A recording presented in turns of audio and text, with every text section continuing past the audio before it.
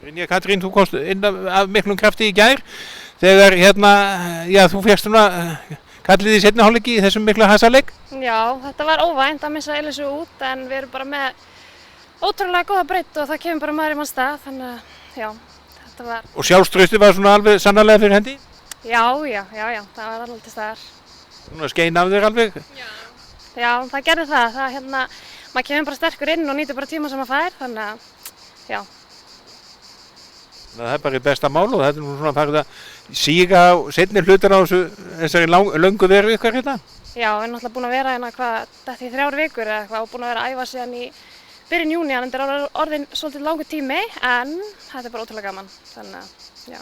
Og það er náttúrulega framöndan leikun, sem sker úr það hvort þið farið í 5. eða 7. sætið?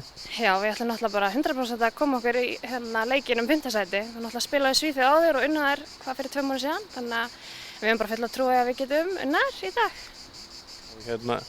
Og svona búin aðeins að vinda af sér leikinn í gær sem að náttúrulega hlýtur að hafa tekið talsveit mikið toll af leikmönnum svona líkamlega?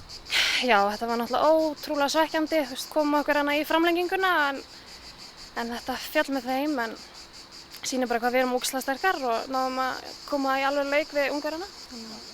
Og eftir svona langan leik að koma ferskur í leik í dag? Já, við gerum það 100%.